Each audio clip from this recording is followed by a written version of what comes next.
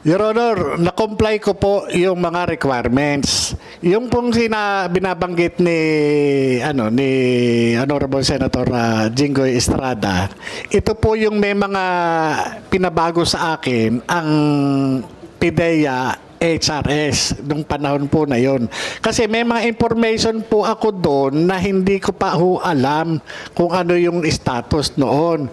Ngayon, nung bago ako tanggapin ng recruitment committee, na-comply ko po lahat, pati nga po mga clearances eh. Ngayon po, ako po, nire-respeto ko po si Gerald Santiago. Agent Morales, klaruhin lang kita. Kung you misrepresented yourself, sigurado ako, yung mga taga-PIDEA people will run after you and will charge you with fraudulent appointment or ano bang ibang fraudulent enlistment niya sa armed forces eh. Hahabulin ka talaga kung nag-misrepresent ka.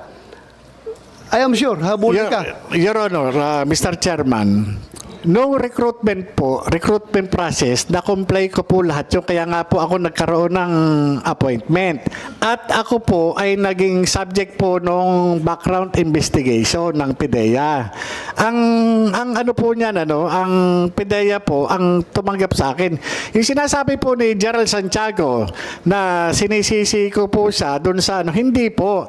Ako po, personal na ni-recruit ni General Junicio Santiago. Ako po ay naglalakad sa Green Hills.